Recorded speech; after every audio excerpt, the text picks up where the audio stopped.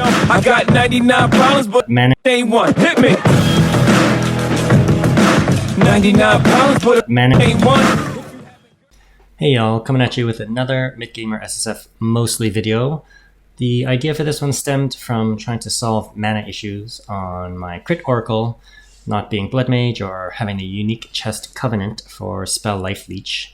This led me to the Font of Mana support gem for spell totems, so you should see my testing running in the background just on regular Arbiter because of infinite tries. First without the support gem and going then another run with the support gem and mana zooming up. The Font of Mana support gems necessitates physical damage, thus I settled on Bone Storm, being the best for bossing, then figuring out how to get power charges for Bone Storm, and after much fiddling around, settling on cold infusions from Frostbomb to generate power charges with the Infusion of Power notable, while also empowering Spark and improving cast on triggers of Frost Starts, leaning into the additional Proj mod. No comments here. And here's some Uber Arbiter just so you get a frame of reference. It's not a one-shot or anything. Takes a hot second for Bone Storm to ramp up, but it's decent damage for my mid-gamer level. Nothing crazy though. Check out Tati for everything spell totems, or QFun's ARC version for crazier stuff. I'm calling it 150 Proj for memes, because I watched Miso's Vision video a while ago, and I recall in it Jonathan saying something about visual clarity and 10 versus 100 Proj, so here we have 4 spell totems, each channeling Bone Storm to 20 Proj, then each of those forks with a 50% chance to ricochet for another Proj, then there's also self-cast Spark and cast on crit Frost Starts thrown in there, so nominally rounding to 150. I actually went back to re-record this intro bit just to say sorry for the lengthiness. Thought I could just talk it out in like 10 to 20 minutes, but clearly I'm the pro, and I'm not going to redo it all just to condense the time. Maybe in the future I'll get better at this. Alright, I'm just going to try to talk this one out. First off, I wanted to share the Font of Mana tech, the support gem, because I haven't really seen any YouTube videos about it. And it really solved my mana problems on the crit oracle. I mean, if you're blood mage or whatever, or you have the covenant chess piece, you have spell life leech and you're fine, but everything else you kind of need to figure out how to solve your mana issues. So early on in the league, I actually had this idea, maybe try like Font of Blood, and I just tested it on standard, tested Font of Blood on just like my standard league blood mage, and it didn't really work. So I didn't think of doing this for a while, and then more recently I just slotted, I was having all these problems with my mana, especially on bossing. Your cast on crit would proc like crazy. Your cast on crit would proc like crazy, and your mana would go down, and then you wouldn't be able to cast anything. So I just slotted this in, and this really solved my mana issues. I tried a bunch of different things. So when you look at this gem, first off, the kind of most important thing is that it leeches mana equal to physical damage. So, there's not that many physical spells. There's like Bone Storm, Bone Cage. Most of the other spells are, there's like Entangle. Most of the other spells are elemental spells. So I did actually try that, like Font of Blood, with this unique lineage gem, Oisin's Oath, and that did not seem to work. Maybe somebody can test that better, but that did not seem to work for me. The other thing I tried was, using this unique Adziri's staff, because it has this mod spells that cost life, gain whatever, I did this up to 120% extra fizz damage. So theoretically you could use this to work for any spell, because then it converts a big portion of your damage to physical. If you look at this, I mean, spell casting and the mods are kind of strange, but Bone Storm is a physical, it's a physical damage gem, but in terms of scaling damage with staff mods, like there's no, on weapon-based builds or attack-based builds, you can go full fizz. This staff is like fizz, fizz, and fizz. But on staffs, like you can't scale damage quite as well. And I tried. I mean, I had this. Is it this one? No. This staff, for example, had like all kind of generic fizz or generic spell damage, and it's just not the same kind of tooltip damage. You know, it's not terrible, but it's definitely much bigger damage to have all of the kind of triple extras. So your damage ends up being kind of split between fizz, fire, cold, lightning. If I were to slot this in the Aziri staff, now you can see it's definitely more fizz, less lightning and chaos, but my damage is way down. So not quite as good. So I tried that for a while, but it didn't really work, even with the kind of mirrors and stuff like that. Just that my just base DPS is not as good, and as well, this staff that was crafted, it has like the additional Proj. I had to. This is the one thing that's not quite SSF. I had this actually currency exchange this ruin for the additional Proj. So altogether, this just sticking with Bone Storm as a physical base spell, that seemed to be the best for me. The other thing to note about Font of Mana, which is kind of like skill issue, is you basically have to be within a radius of 4 meters of the totem. So you can kind of drop your totems, and there's a bit of skill issue in terms of staying close and dancing around. During bossing, at least, you need to know where you can stand, where you can't stand, and set up the totems in the right location. While mapping, I have mana remnants, and that generally solves all mana issues while mapping. But of course, this doesn't really proc on bosses. Only once every 2 seconds, you get a mana remnant, so that definitely does not solve your mana issues during bossing. But yes, during mapping, mana remnants is totally fine. During mapping, there's another way of doing it, but I don't spam the spell totems, so they're pretty expensive, 236 mana. You know, I'm not like mana stacker or anything, so I've got 1166 mana right now, so it's not like I can drop constant totems. So usually, at least the stuff that I'm doing a lot of Ritual and Abyss. Those are the kinds of activities where you're kind of stationary, so you can kind of set something down and then play through the mechanic for a while. Whereas while running around the map, I'm doing a lot of Spark and Frost Bonds, which I will get into later, for cold infused sparks. And then, of course, the Choir of the Storm is there to help smooth out the mapping, because Bone Storm has a bit of a ramp up in terms of how it plays. And so I kind of cobbled this build together to smooth that out. And getting into the build a bit more, this will be a bit more in depth than the previous video. I'm going to try to go through it in terms of like an order of power scaling, as opposed to going through it sequentially, like gems and gear. I'm going to try to do it in conceptual chunks.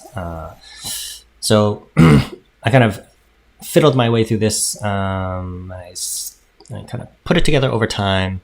I'm not the kind of person or have the time to like sit down or have the type of knowledge to sit down and POB and plan it all out. I just kind of cobbled this together over time.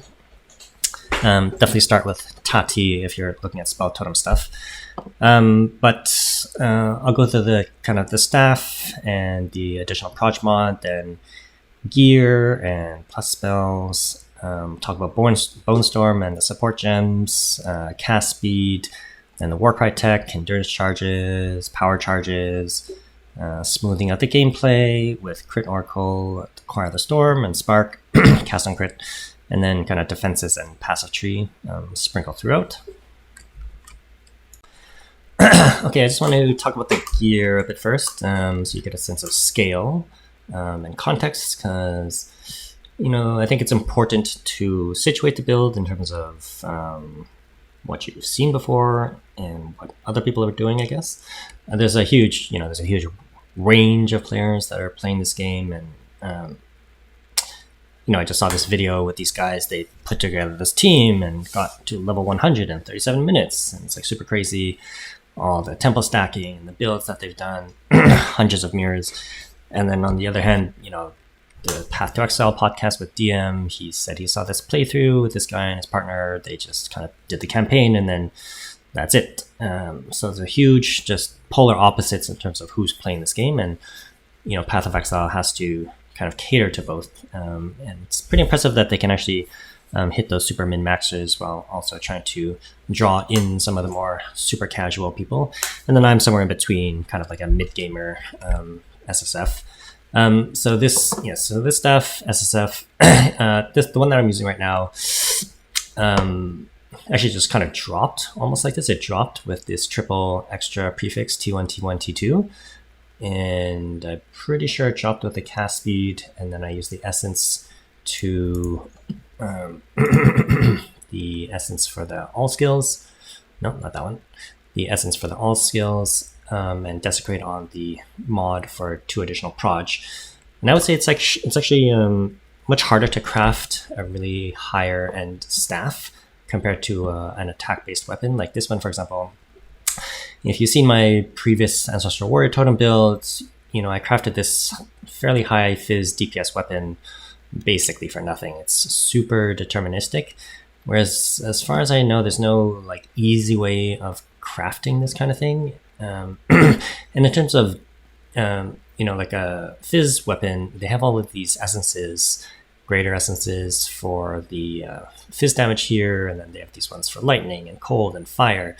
But, for whatever reason, staffs and wands don't have the same access to essences. And then for for a weapon, you can get this extra Fizz mod, but on a staff, you can't. There's no like equivalence. Actually, I just found out. Actually, for wands, there is something equivalent. You can actually desecrate this extra Fizz prefix here, but for whatever reason, for a staff, you can't do that. And then on a staff, though, you, at least for this kind of Bone Storm setup, you want this additional Proj mod because it helps the Bone Storms ramp up much faster. So all in all, I think it's much harder to craft this kind of staff. Like you can see how many staffs I've tried crafting throughout this process, and some of them were pretty good. Like this one I had for a long time, it just kind of dropped like that almost. Again, like the moral of the story is like these staffs just kind of drop like this, and it's very hard to kind of craft them with these kind of. You have to really get lucky for all these triple extras damage. And there's that one essence which adds spell damage. But I don't know, in my sheet DPS, I'm not like POBing everything, so just in terms of my sheet DPS, it just seems higher sheet DPS to have triple gain damage as extra. The other mods that you really want to go for in terms of scaling Bone Storm is cast speed and the 2 additional mods. So the 2 additional mod, this is this one ruin up here, the Thane Girt Ruin of something. Thane Girt's Ruin of Wildness is the one non-SSF thing that I have. So that's why this one is mostly SSF. And then on the tree, you can also have a bunch of these 2 additional proj nodes, and there's some down here which I didn't path to. So right now I think I'm sitting at 75% with the Desecration and the Ruin and these few up here. And that seemed good enough for me. I didn't feel like traveling down there for those few additional mods. And then otherwise, because you have, it's not just like a attack weapon, you can go all Fizz, but here you have a lot of elemental damage. So the damage is split between everything. So instead of trying to like on the tree scale between, scale whatever, specifically lightning or something like that, instead of trying to scale specifically lightning damage, on the tree, basically just pick the nodes to scale cast speed and crit. Specifically on Oracle, with the inevitable crits, I'm scaling a lot more crit damage bonus. I'll probably get into the tree a bit later, but those are the kind of generic scaling vectors that you would use for this build. And talking a bit about the rest of the gear, other than this staff. I don't think it's anything particularly special. I guess I do have this Seed of Cataclysm. But otherwise, I mean, this Choir of the Storm, this one is only level 18. I do have a level 19 one, but this one I just had allocated the Infusion of Power, so I didn't feel like switching out the... I didn't feel like switching that out. And then like the gloves, I don't know, nothing special. These drop from Arbiter, so I've killed a bunch of Arbiters, and this is, nothing special. You could probably swap these for another pair of gloves, Dodras maybe, or even just a rare pair if you're lacking defenses and resistances. And then this ring here is basically just mana.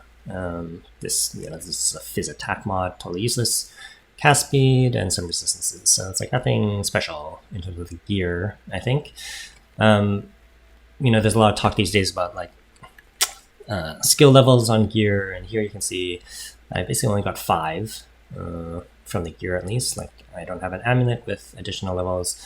I just found that it drove up the cost of the spells. They're already pretty expensive, and the point of cobbling this together this build was to smooth out the gameplay of the kind of Bone Store totems, because it takes them a hot second to ramp up. So in order to smooth that out, I hybridized a kind of spell totem build with, Choir of the Storm, because you have a crit oracle. This is literally always proccing, and cast on crits with frost darts. And so I chose frost darts because it has one of the lowest cast times, and it's a proj. And then everything is already kind of frozen or chilled due to, frost bomb producing cold infusions, which makes Spark cold infused. And the great benefit of Spark, obviously it's super meta, but it just kind of coats the screen in proj. But you can see like the cold infused Spark is almost like 3 times as powerful. So it's a big difference to have a cold infused Spark. And then of course that having more damage improves the casting of cast on critical, because it's based on the ailment threshold the critical hit will deal. So the more damage you do, the more of the ailment threshold. I don't know the exact math, and I haven't really tested it, but I did notice if you have more damage on your proccing ability, then the cast on will trigger more for sure. And talking a bit more about Bone Storm here, the other support gens, other than the Font of Mana, we've got this Urgent Totems 3. I basically slot this on every totem build. It just has kind of improves the quality of life with the totem placement speed, and has the added bonus of either 20% cast speed or attack speed, which of course is nice for Bone Storm. So talking about the Bone Storm scaling, so it basically fires up these projectiles. So you can see here, so channeling, it accumulates overhead, and then fires. So the point of scaling Bone Storm is to increase cast speed and additional proj, so that the accumulation time is lessened. So really scaling into cast speed, so cast speed on your staff or in the tree. I've got skill speed here on the gloves. So scaling cast speed reduces this cast time, so you can get how many casts per second. So, for example, if this was 20 and it was casting 1 proj per stage, it would take 1 second to accumulate the 20. So scaling into the 2 additional proj nodes here, that basically makes this one, if it were 100% additional proj, it would be casting 3 per stage, and then it would kind of triple the cast speed, effective cast speed of the accumulation time. So you really want to scale into cast speed on your spec, on your build, and these 2 additional proj I think makes a big difference. The other skill gems here, on the Bone Storm, the spell totem. So you could slot multi-shot, which I was doing at the beginning. That's, basically will take this number from 1 to 3. But the downside of that gem is that it reduces the cast speed and the damage. So the downsides do outweigh the kind of increased proj per stage. So because I've spec'd into cast speed and additional proj in other ways already, the other option, which I think I found this from Tati's video, is Fork plus Ricochet. So the way Bone Storm works as a Proj is fairly unique. Most Proj just kind of fires out into the air, but Bone Storm, it channels up, and then it actually above her head, and then shoots down. So this actually hits the ground, which is a unique mechanic to Bone Storm. So thus, when you have Ricochet, it actually ricochets off the ground and then back at the target. So thus, when you have Fork, that one Proj will then, the first Proj will fork into two, and 50% of the time, those Proj will then ricochet back from the ground and hit the target again. So all in all, it's kind of like you get two Proj. One of them, on average, will chain back, and then there's 3% less damage. So, kind of between the two of them, that's like a 70% damage increase. And, you can have two other gems potentially with a similar level of damage increase.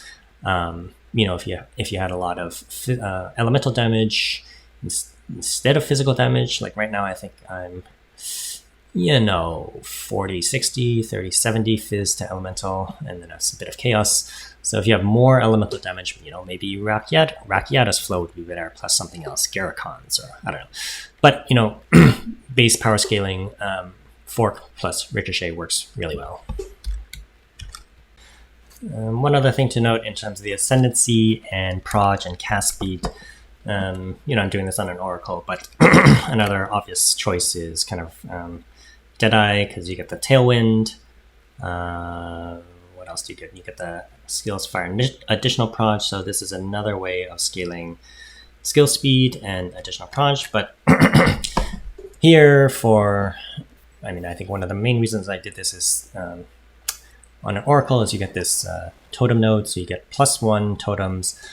One thing about spell totems, basically just watch all of Tati's videos, but once you get to level 23, you get 3 totems base. So totem limit goes up to 3, just getting to skill level 23. You can use Overabundance, for example, for another one, but that results in less duration, whereas right now I have spec'd into a little bit of duration, so that they last a little bit longer and you don't have to drop them down as much. And then this Ascendancy node here gives you +1. So imagine you have 3, and this node is kind of like gives you up to 4, so that's like a 30% damage increase, essentially. And the other benefit is that they die 6 seconds after their life is reduced to 0. So on a boss or whatever, rare or abyss, if they get one shot, then they'll just last for 6 seconds and continue firing, which is super nice. And of course, you have inevitable crits here. I'm not going to go too much into detail, but that's why. That's basically why Choir of the Storm is constantly proccing. This is a defensive node, damage of crits, and hitting you is unlucky. The Paths Unseen, Paths Not Taken, that provides a lot of just nice bonuses here. Like you get this movement speed cooldown, skill speed, reduced skill speeding, that big crit chance node. This one is just generic damage. This node here is cast speed. This just generic damage nodes. This one is nice, 50% if you triggered recently, which is basically 100%. And then big meta increased energy nodes here. And then, of course, a lot of people, go this way and use these outside paths, but, it's a totem build, so I chose this one. Alternatively, you could drop that and choose this one. Okay, what else? Another big thing about Bone Storm in terms of scaling damage is you consume power charges to create much larger explosions. So regular Bone Storm is pretty good, but when you have a empowered Bone Storm, that's when it turns this blue colored, and you can see these.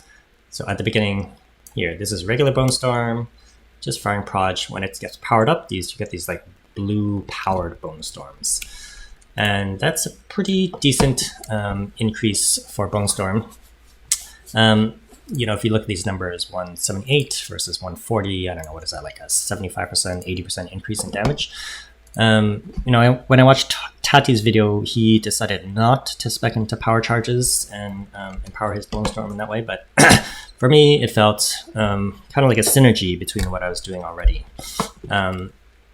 Obviously, if you have enough damage, you don't necessarily need to do that. But for me, I was kind of doing this hybrid build, like I'm already casting Spark and proccing things with Choir, so kind of like just adding one more button didn't seem too arduous to me. It's definitely more button intensive than a kind of a one button build. You know, you kind of need to cast Frostbomb and then Spark and then Spell Totem, and then in my case, I'm shifting back to Bear form for the Endurance Charge generation, which I'll go over later.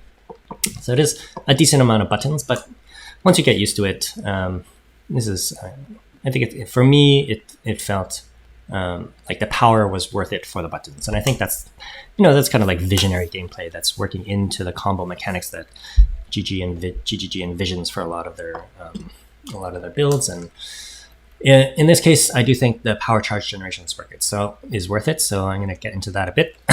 So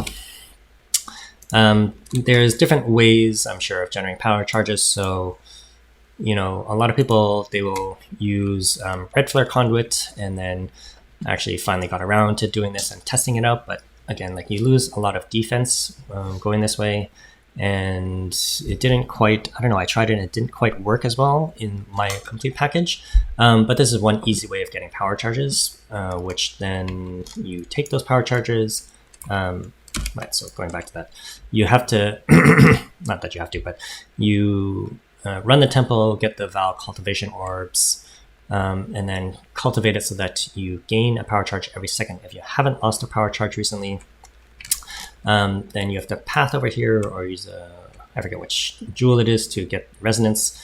It will then convert those power charges to endurance charges. And because it's constantly converting the power charges to endurance charge, you never hit this downside of losing power charges because they're always constantly converting. That's one way of doing it. Another way is using the kind of Vol's Protector. And on an Oracle, this works really well because it's 25% chance to gain a power charge on crit, and basically every hit is crit, so it's pretty good uptime on that. Actually, the defenses of this is not terrible, but you know, it's armor ES hybrid, and I wasn't speccing into armor ES. I just kind of went full ES for defenses, just very straightforward. Nothing too fancy here. That's another way. The way I settled on doing it is basically casting Frostbomb. So again, the benefit of Frostbomb is that it empowers the Spark. So you can see again, Cold Infused Spark is much stronger than base non-infused Spark. So once you have the infusion, going back to the amulet, this is instilled infusion of power.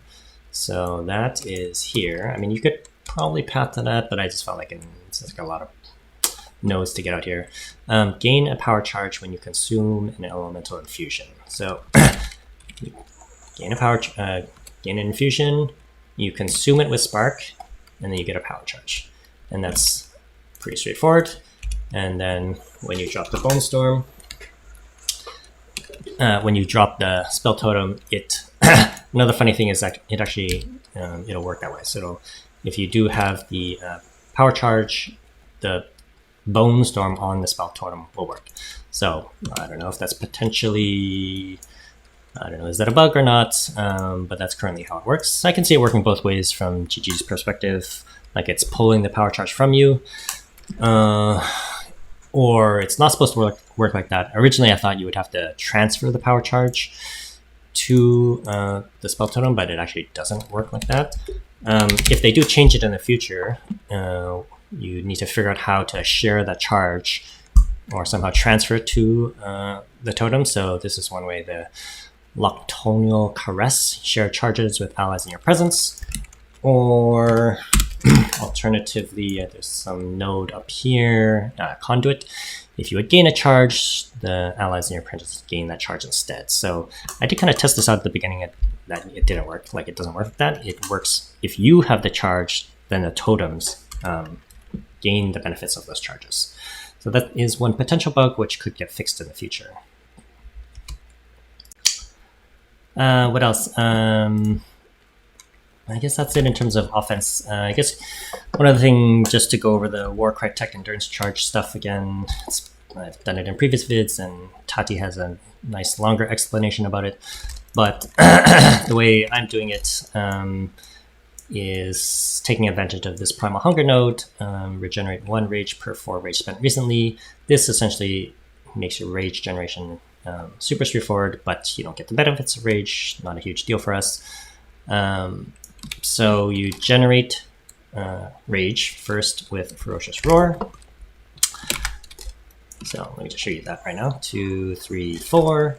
So in terms of Ferocious Roar, you have this Raging Cry. Supported skills grant 5 rage per power counted enemies in range. So normally there's no enemies in range and you get nothing, but you spec into this on the tree. Warcries have a minimum power of 10. That works with this to get you, what, 10 rage for 4 rage per 5 power. That's 10, so you get 8 rage.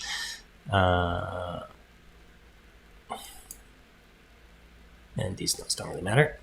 So that gets you a bunch of rage, and then you bypass the cooldown with Enraged Warcry 2, and then these gems are just to quality of life. So once you have this built up, the rage, then you can press Walking Calamity. The big thing about Walking Calamity is this skill gem here, Raged Forged 1. This is, interestingly, this procs every time a comet falls. So this is basically proccing constantly. So this is constantly spending your rage, and then naturally bear form, naturally bear form, you gain an endurance charge for every 15 rage you spent. So this is constantly Walking Calamity, is constantly spending rage with Rage Forge, and that's how you get the endurance charges there. The other thing to note with endurance charges is actually this. Oh, sorry, this is actually one other thing I didn't do SSF to get this max endurance charges on the belt. I don't know, I was just too lazy to constantly corrupt a bunch of belts. So, you know, I'm willing to cheat a little the SSF for stuff which is kind of like just a pain in the ass to do. The other way, obviously, you could just spec into it in the tree, but you kind of want at least one max endurance charge, because if you only have 3, when you're spending, the other thing with endurance charges is I'm running charge regulations. So when you have endurance charges, I get 18% more defenses. And if you don't have at least the +1 endurance charge, what will happen is you'll generate 3 in bear form. So you'll have the 20%. And then when you cast the, 2, 3, 4, so you have it, your energy shield will go up. If you don't have 4, when you cast it and cast the spell totem, you'll transform into human, then you'll have 0 endurance charges, and then your ES will constantly be fluctuating up and down. So you'll see it'll just jump up and down, up and down. So that's why it's nice to have that +1 endurance charge there, either through the belt or on the tree. This is the easiest one that I found. It's like right here for me. And talking about the passive tree, just in terms of weapon set, my weapon set 1 is for charge generation, Warcry tech. Different builds use weapon sets for different things. Some is like for bossing, some is utility, some is for speed. Prada uses it for his, as opposed to running around, he uses it for his trench timber minion tech. So in this case, we're using weapon sets to generate charges, endurance charges, and rage. And then, so those nodes are all in orange. So here, plus you expect a lot of Warcry speed just for quality of life. That Warcry node there. These are for skill effect duration, just to make Walking Calamity last longer. That's all pretty straightforward. And then weapon set 2 is damage, of course. So in terms of the tree, running up straight here, get all the damage nodes. Previously I was running up for attribute nodes, but it's a little bit of damage for a few extra nodes is nice. I come up here, just you get the skill effect duration plus spell damage, not huge nodes. Here, this is from the Ascendancy, these Unseen Path nodes, just nice, bigger, generic damage nodes. Pathing over here, this is another unseen thing, so you get movement speed and cooldown recovery rate, which is nice for Acquire the Storm. Rolling down here, you get crit damage. This side gives you crit chance, but I don't know, you can look into inevitable crits more, but I was just speccing into more crit damage. What is my crit damage bonus? Crit Shines Bone Storm has a high base crit as a fizz spell. Crit damage bonus 437, it's like decent. Rolling over this way, Unseen Paths nodes, crit damage bonus. Unfortunately, this one has less skill speed, but it's only 5%. Warcry power down here. Again, the Primal Hunger node, notable up there. I'll go over the gems later maybe. This is more crit, spell crit damage bonus. As I said before, those are the skill effect duration. Here, this is big cast speed for 3 points, which was nice. Here, these ones you gain Arcane Surge when you deal a crit, so that's obviously up 100% of the time. Mind Over Matter, just another layer of defense. You have Mana Revenants. This overflows your mana, which is nice for just an extra layer of defense. Definitely saved me a few times. Rolling down here, you get the meta energy increases and 50% damage, which is a pretty big damage increase, 50% additive for one node. Here you get a bunch of ES. There's different ways of increasing ES.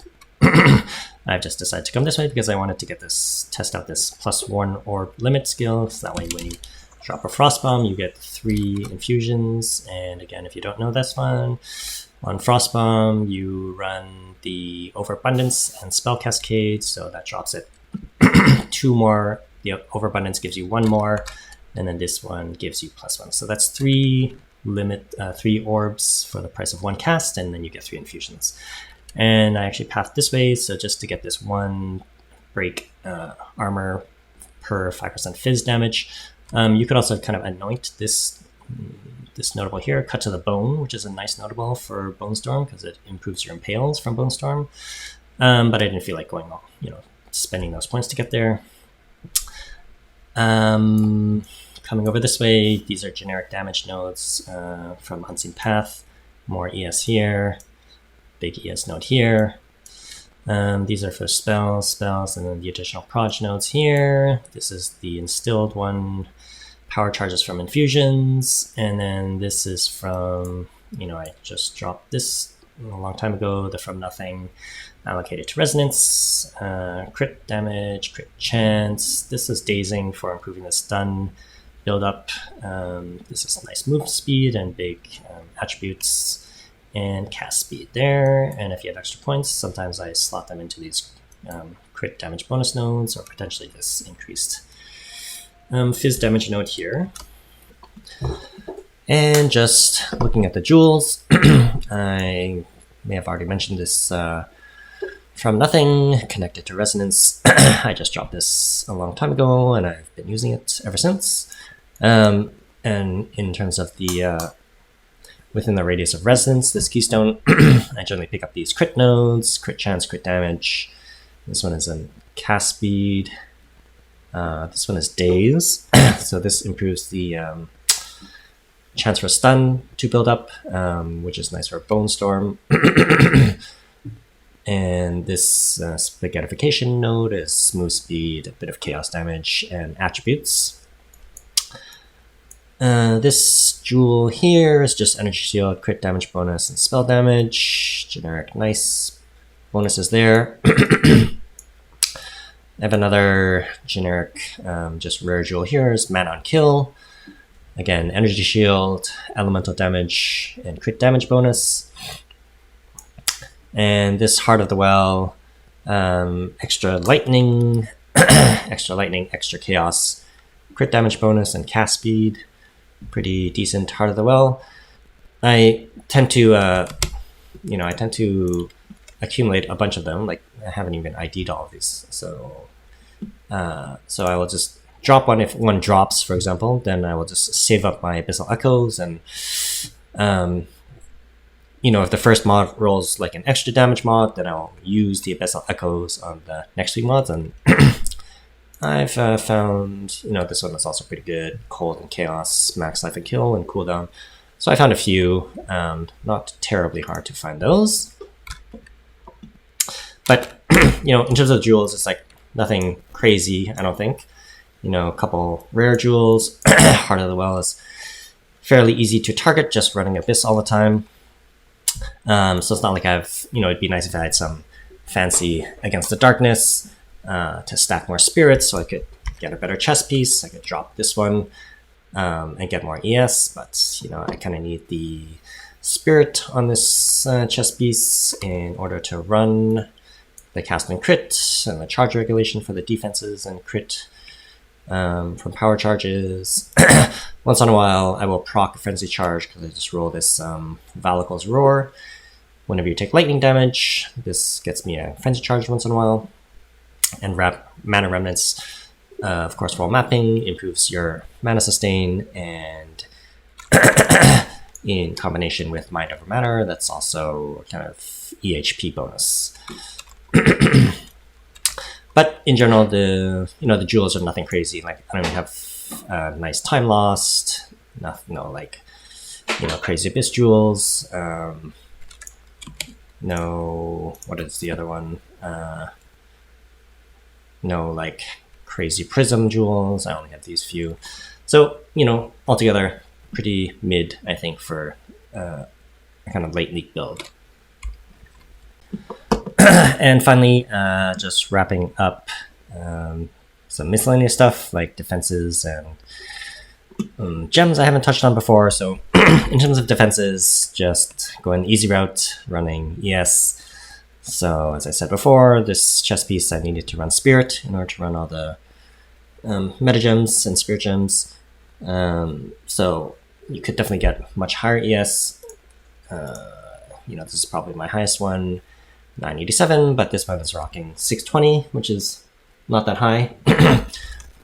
This helmet, I would say, is decently high, 530 ES on the helmet with crit chance, couple res, pretty decent helmet. I pick up a lot of helmets because I kept trying to roll one with Spirit Corrupt, and I did get this one, but still not quite enough Spirit to run both the Mana Remnants and charge regulation with cast and crit, so I ended up just sticking with this rare chess piece with Spirit. And as I said before, if you have other ways of getting Spirit, then you can get more ES or get more defenses. And then the boots, not like the best boots, only 30% move speed, but I stuck with these because they have better resistances, and it has always been fairly difficult to cap my resistances. Right now they're not even capped, as you can see.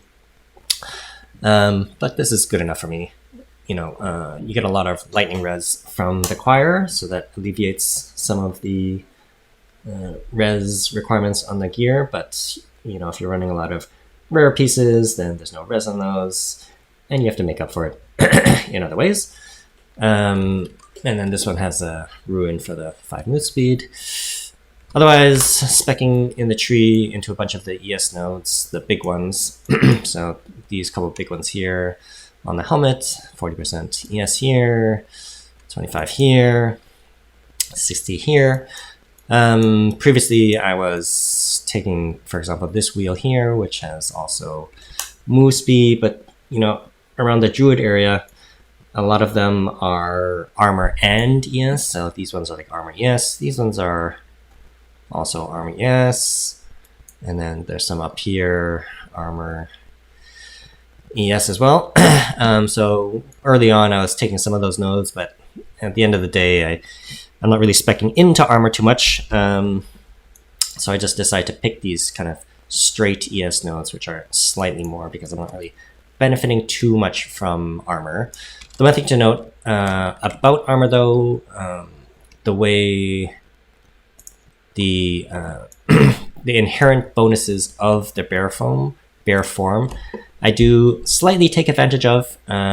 So in bear form, you get 10 armor per level. So I'm basically not speccing into any armor at all, and you still get a little bit of armor. And because I swapping between bear form to for the endurance charge tech, the Warcry and endurance charge check, you just, at the end of the day, you get a little bit of armor, which mitigates some of the small hits that you might be receiving during mapping. So I tend to try to remember to swap back into bear form while mapping, so you just get at least that little bit of armor, and it prevents some of the light stuns that might happen while mapping. Otherwise, in terms of defenses, that's pretty much it.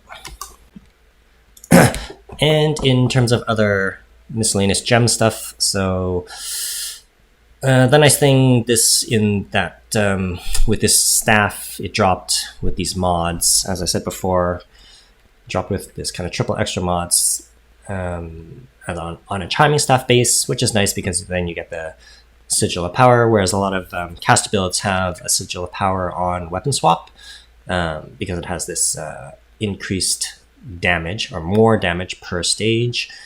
So that's at 4 stages, that's essentially 60% more damage. Just slotting in these gems for area of effect and duration.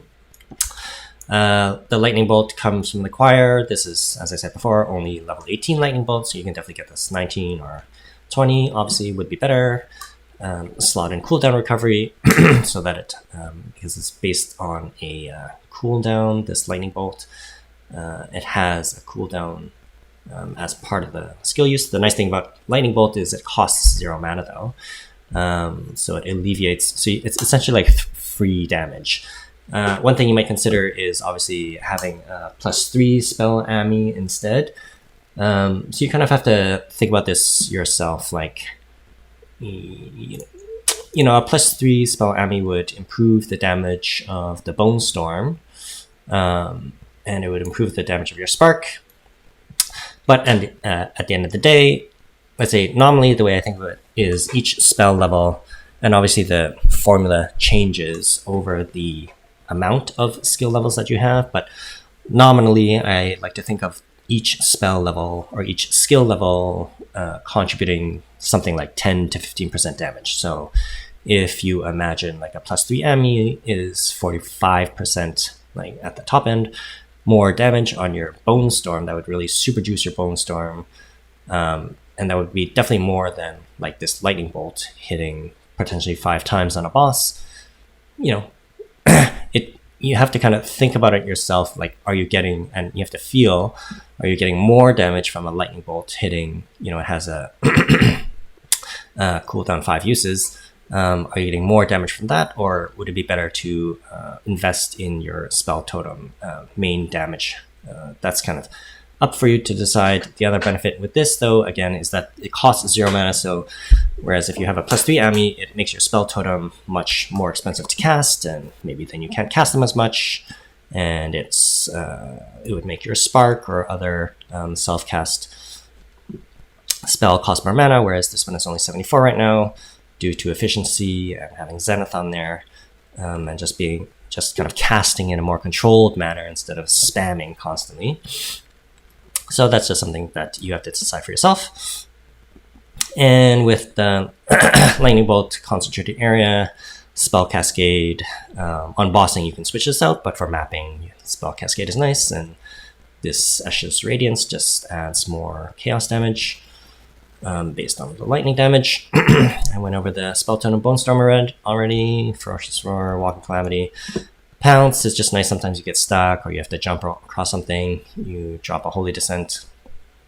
This Persistent Ground increases the radius of the thing. The Encroaching Ground increases the radius. Sorry, the Persistent Ground increases the duration, and it also has this nice Suppressive Ground effect.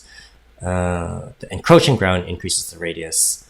Then this is Mark for Death. This just helps to break their armor on a boss. So potentially, maybe I could drop those other passive skill points since I have this, but sometimes I've been swapping this out, so and I don't necessarily pounce on everything. And then Brutus Brain is so that the wolves from Pounce never die, which is nice.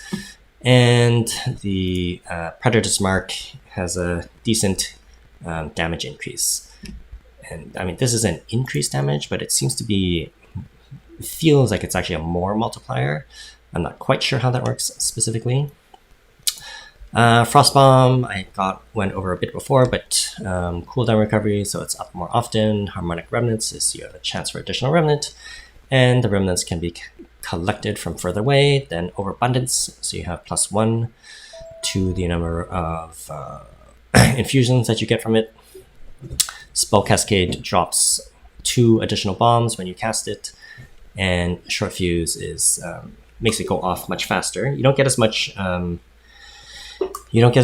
exposure from the Frost Bomb, but this is more utility in terms of generating infusions. If you're kind of interested in this, look up Crip's video about Frost Bomb, where he uses it more for exposure, and he goes into more detail about the kind of misinformation around it potentially. Thunderstorm I use for sometimes just to drop on our group. This is automatic shock from shock conduction. This I'm sure will get nerfed in the future. Coursing current, so this is just a bit more damage. When it shocks, it adds these coursing current, a little bit more damage, and it's obviously always shocking, so it's always proccing that. And then electromagnetism, this essentially kind of acts a little grouping mechanism when you're dropping on a group of mobs. Prolonged duration to increase the duration, efficiency to reduce the cost. Spark, I'm running Valentus Propulsion. This just increases the speed of the project. So when you have Spark, generally it has a pretty low base duration and speed, and then most of the time with Spark you want to kind of spec into duration and speed so that they kind of last longer and they kind of go faster, which means they go farther and essentially hit more mobs. So that's why you have Valentus Propulsion, and because we're already speccing into cast speed to improve Bone Storm, that synergizes with this in terms of the projectile speed. Pierce is good for Spark because otherwise the Spark will hit something and then fizzle out. Whereas with Pierce 3, it's 100% piercing everything, so they'll pierce and then hit something else. I've also seen other people use Fork and things like that, but Pierce just is like one skill gem, and it just ensures that your Spark won't die off right away. Concerted Casting is just for damage. Zenith 2 is to improve mana cost efficiency and adds a bit of damage if you're over 90% of your mana. And again, with Spark, the point is not to spam it, but to kind of cast it in a more controlled manner. So you'd drop a Frost Bomb, then cast a Spark, and then run around, drop another Spark, let the sparks run around. Efficiency is for cost. Charge regulation I went over before, but you always have endurance charges, so you get more defense. You always have power charges, so you have more crit chance. And sometimes you proc the frenzy charge with this Valakos Roar.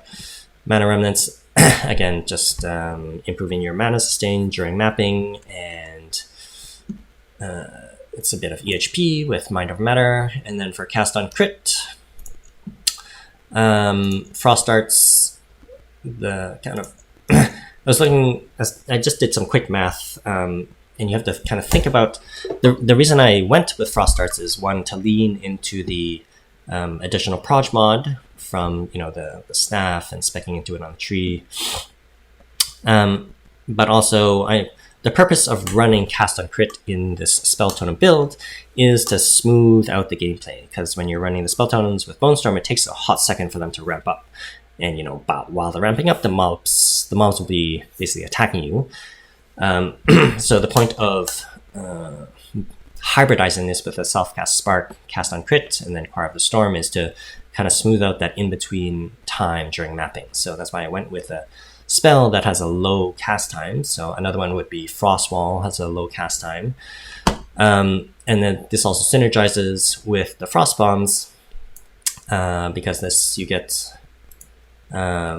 consumes a cold infusion if possible to cause each projectile to lodge into the enemy and then explode. So it'll explode for more damage, and when it's lodged, I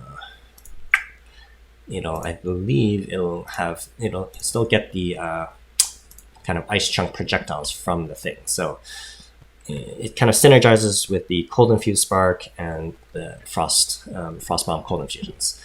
And then these are for just damage, deliberation, elemental focus, because the Frost darts cannot chill or freeze, so you don't care about inflicting elemental ailments. Concentrated area is just more damage, and boundless energy is generally what I always slot this in to cast on for more energy. I think that's it for now. As always, happy hunting and peace out.